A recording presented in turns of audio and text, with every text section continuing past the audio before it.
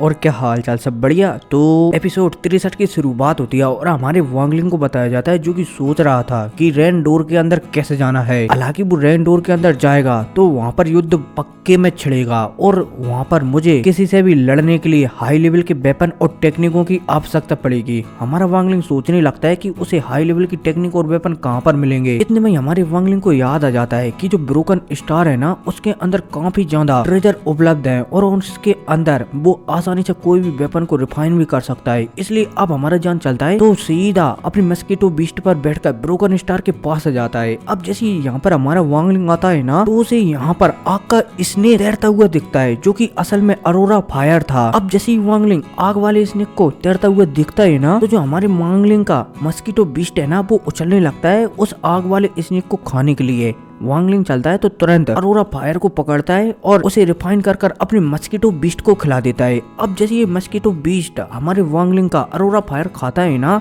तो ये भी ब्रेक थ्रू कर जाता है। अब वांगलिंग चलता है तो यहाँ पर जो टेलीपोर्ट वाला ऑप्शन है ना, उसे एक्टिवेट करता है और सीधा यहाँ से टेलीपोर्ट होकर ब्रोकन स्टार के फर्स्ट लेवल पर पहुंच जाता है। अब जैसे ही वांगलिंग यहाँ पर पहुंचता है ना, तो वांगलिंग सोचने लगता है कि यहाँ पर उसकी शक्तियाँ ज्यादा दूर तक नहीं फैलनी चाहिए, वरना हो सकता है कि जो लाल बालों वाला ताउसी है ना, उसे मेरे बारे में पता चल जाए और फिर वो मेरे लिए परेशानी खड़ी कर दे। इसलिए हो सके उतनी जल्दी मुझे यहाँ से निकल जाना है। अब जैसे ही वांगलिंग ये सोचता है ना, तो वो सब कुछ समझ जाता है। वांगलिंग चलता है तो यहीं पर जो हमारे वांगलिंग का फ्लैग है ना, उसे रिफाइन करने लगता है। अब पलक झपकती 3 दिन गुजर जाते हैं और 3 दिन बाद जो हमारे वांगलिंग का फ्लैग है ना, जो कि बहुत ही ज्यादा चोटिल था, हमारा वांगलिंग चलता है तो थंडर पावर्स है उसे 90% रिकवर करवा लेता है। वांगलिंग चलता है तो कुछ सोचने लगता है कि अगर इस फ्लैग का ब्रेक थ्रू हो जाए ना, तो वो आसानी से जो सोल ट्रांसफॉर्मेशन लेवल वाले बंदे हैं ना, उन्हें भी वहाँ से जख्मी कर कर वहाँ से भाग सकता है। अब वांगलिंग ये सोच ही रहा होता है, लेकिन वांगलिंग की ख्वाहिश पूरी नहीं होती। वो समझ जाता है कि शायद इस फ्लैग को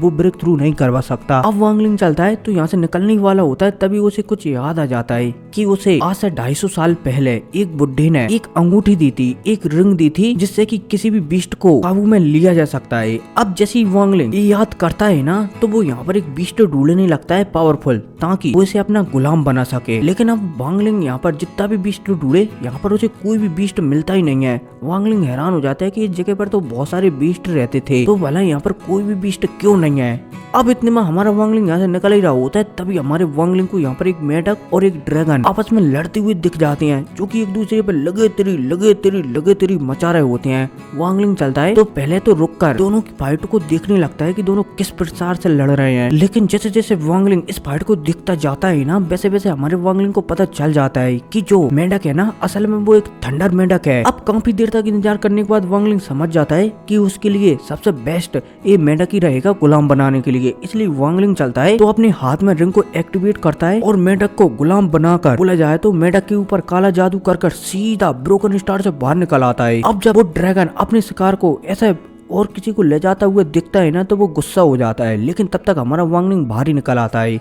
अब जैसे हमारा वांगलिंग बाहर निकल कर आता है ना, तो वो महसूस करने लगता है कि जो मेंढक है ना, उसे लगातार कंट्रोल करने के लिए जो ब्रासलेट है ना, उसके अंदर आध्यात्मिक शक्तियां डालती रहनी है। और तो और अगर ये आध्यात्मिक शक्तियां खत्म हुई ना, तो जो मेंढक है ना, वो भी उनकी गुलाम से आजाद हो जाएगा। अब वांगलिंग चलता है तो सब कुछ समझ जाता है। अब वांगलिंग मेंढक को देख ही रहा होता है, तभी मेंढक चलता है तो वो हमारे वांगलिंग का जो मच्छर वाला जानवर है ना, मस्कीटो बीस्ट, उसे देख लेता है। अब जैसे दोनों बीस्ट आपस में एक दूसरे को दिखते हैं ना, तो दोनों एक दूसरे से लड़ने लगते हैं। लेकिन वांगलिंग के कहने पर कि एकदम शांत रहो, दोनों के दोनों मैजिकल बीस्ट एकदम शांत पड़ जाते हैं। वांगलिंग चलता है तो यहीं पर ट्रेनिंग करने के लिए बैठ जाता है। अब समय गुजरता है और लगातार 5-6 दिन गुजर जाते हैं। अब 6 दिन बाद फाइनली जो आसमान है ना, उसमें थोड़ी सी बिजलियां चमकती हैं और वो आसमान से अरोरा फायर का जो किंग है ना, वो बाहर निकल कर आता है और हमारी वांगलिंग पर हमला करता है। अब जैसे ही वांगलिंग अरोरा फायर के किंग को अपने ऊपर हमला करता हुआ दिखता है ना, तो वांगलिंग हैरान हो जाता है। वांगलिंग समझ जाता है कि वो इस किंग से नहीं जीत सकता। इसलिए वांगलिंग चलता है तो अपने दोनों मस्कीटो बीस्टकों को पकड़ता है और जो ब्रोकन स्टार का मेन दरवाजा है ना, उससे भी बाहर आ जाता है। अब जैसे ही वांगलिंग बाहर आता है ना, तो वो एक अलग स्पेस में चला जाता है, जिसे फॉरेन ग्राउंड कहते हैं। अब पलक झपकती 1 साल गुजर जाता है और फिर हमें 1-1.5 साल बाद का सीन बताया जाता है। पता नहीं 1-1.5 साल गुजरा है या फिर 6 साल गुजरे हैं, जो भी हो 1-1.5 साल बाद का सीन बताया जाता है, जहाँ पर हमें एक बंदे को बताया जाता है और इस बंदे का नाम होता है सुन बेन बे। और ये बंदा और फॉर्मेशन के हाई लेवल पर होता है और ये बंदा एक पोर्टल ओपन करने वाला है फॉरेन बैटल ग्राउंड का, इसलिए यहाँ पर बहुत सारे स्टूडेंट एकत्रित हो रहे थे। अब जैसे ही सन बेनबे पोर्टल ओपन करता है ना, तो उस पोर्टल से हमारा वांगलिंग बाहर निकल कर आता है। अब जैसे ही वांगलिंग बाहर निकल कर आता है ना, और सामने सुन जेनबे हमारे वांगलिंग को दिखता है, तो तुरंत ये वांगलिंग को ग्रीट करने लगता है कि सीनियर, मैं सुन बेनबे आपका स्वागत करता हूँ, क्या आपको कोई प्रॉब्लम तो नहीं है। अब जैसे ही सुन बेनबे ये बोलता है ना, तो वांगलिंग चलता है, तो सुन बेनबे की ओर घूरता है और पूछता है ये कौन सी जगह है। अब जैसे सुन बेनबे वांगलिंग की बात सुनता है ना, तो वो तुरंत वांगलिंग को कह देता है ये डीमन सेक्ट के पास वाली जगह है। अब जैसे वांगलिंग सुन बेनबे की बात सुनता है ना, तो वांगलिंग चलता है तो यहाँ से निकल ही जाता है। अब इतने में सीन सब होता है और हमारे वांगलिंग को बताया जाता है, जो कि एक जगह पर बैठकर मस्त तरीके से कल्टीवेट करने लगता है। अब कुछ दिनों तक हमारे वांगलिंग की कल्टीवेट चलते ही है। इसके बाद वांगलिंग चलता है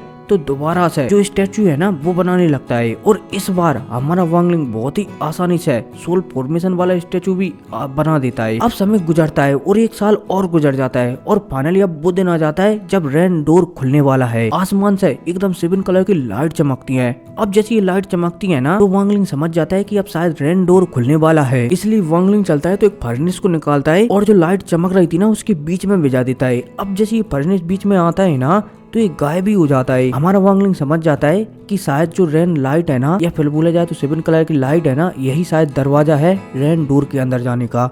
इसलिए वांगलिंग चलता है तो इसी दरवाजे के अंदर चला जाता है। अब इसी के साथ सीन सब होता है और पर हमें अलग अलग सेक्टरों का सीन बताया जाता है, जहाँ से पावरफुल स्टूडेंट रेन डोर के अंदर जा रहे होते हैं। अब इतने में दोबारा से सीन शिफ्ट होता है और फिर हमें युनको जी को बताया जाता है, जो कि वांगलिंग को जाता हुआ देख रहे होते हैं और कह रहे होते हैं कि बच्चे, उम्मीद है कि तुम वहाँ पर अपनी जान नहीं गवाओगे। उम्मीद है कि मैंने तुम पर जो भरोसा किया है ना, उसके तुम पक्का निभाकर पावरफुल बनकर बताओगे। अब भाई साहब युनको जी के है कहती ये एपिसोड खत्म हो जाता है, लेकिन इसका नोवेल एपिसोड आएगा बहुत जल्द। खैर कोई नहीं, मिलते हैं अगली वीडियो में, टेक केयर, बाय।